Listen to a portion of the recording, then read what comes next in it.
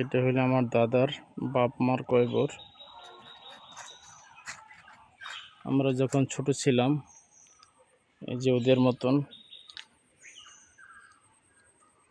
3-4 বছর, 5 বছর, 7 বছর বয়স, তখনই দেখছি আমার দাদার বাপ মার কবর পাকা করা।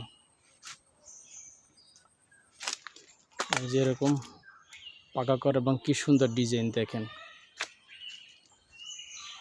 কি সুন্দর ডিজাইন করছে।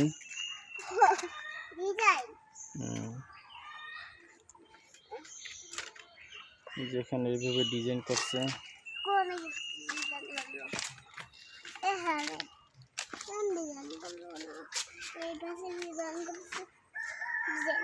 আমার দাদা,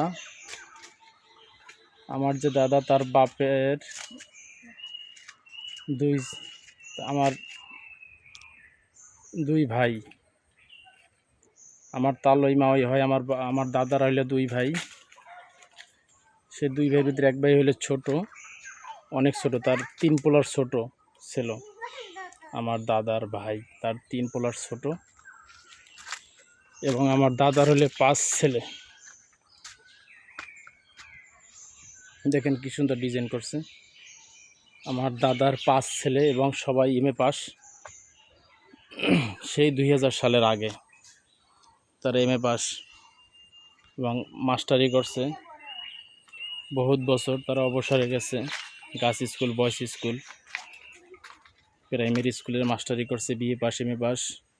সে 5 বাপ চাচাই মিলে তার বাবার এবং তার মার কবরকে কিভাবে পাকা করছে আপনারা দেখেন দর্শক, দেখলে আপনারা অবাক হয়ে যাবেন। এই যে সেই কবর দেখেন, মাটি দিয়া পাকা করছে।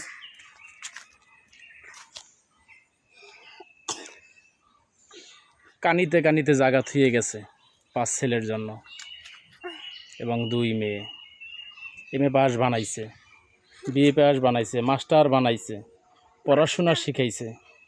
আপনার 2-4 এলাকায়, থানায় আপনি খুঁজে পাবেন কিনা যে এক বাড়ির ভিতর 5টা মাস্টার এবং এমএ পাস। কিন্তু আমার দাদায় তার 5 ছেলেকে এমএ পাস বানাইছে, একই সংসারে একই বাপের 5টা ছেলে মাস্টার। দেখেন দর্শক, তার কবরে আজকে কি অবস্থা দেখেন, তার কবরের কি অবস্থা। একটু মাটি দেওয়ার একটু জায়গা নাই, একটা যে গাছ লাগাবে সে জায়গা নাই। আর এই লোকটা আমাদের জন্মের আগে, 2000 সালের আগে, অনেক আগে সে অস্করে আসছে মক্কা শরীফে, এবং তার বাবা মার কবরকে তিনি পাকা করছেন এখন ধ্বংসের পথে। ওই আমলে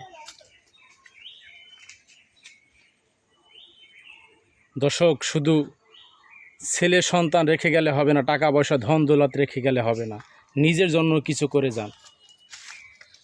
আমার দাদা নিজের জন্য কিছু করে নাই, তার সন্তানের জন্য কানিতে কানিতে জায়গা থুয়ে গেছে। তার বাবা মার কবরকে কি সুন্দর করে পাকা করছে, কি ডিজাইন করে। আর আমার 5 বাপ চাচা তার বাপ মার কবরটাকে পাকা করতে পারলো না। দুঃখজনক, লজ্জাজনক, ঘৃণাজনক। লজ্জা লাগে এই ধরনের বাপ চাচাদেরকে পরিচয় দিতে। 5 বাপ চাচা MA pass, BA pass, master, তারা পারে না তার বাপ মার কবরটাকে পাকা করতে। অলরেডি আমার বাপ চাচা 5 জনের ভিতরে 3 জন চলে গেছে, আছে 2 জন যায় অবস্থা। ধন্যবাদ দর্শক, যারা ভিডিওটি দেখছেন তারা অবশ্যই আপনাদের বাপ মার কবরকে যত্ন নেবেন, পাকা করবেন, তাদের জন্য দোয়া করবেন।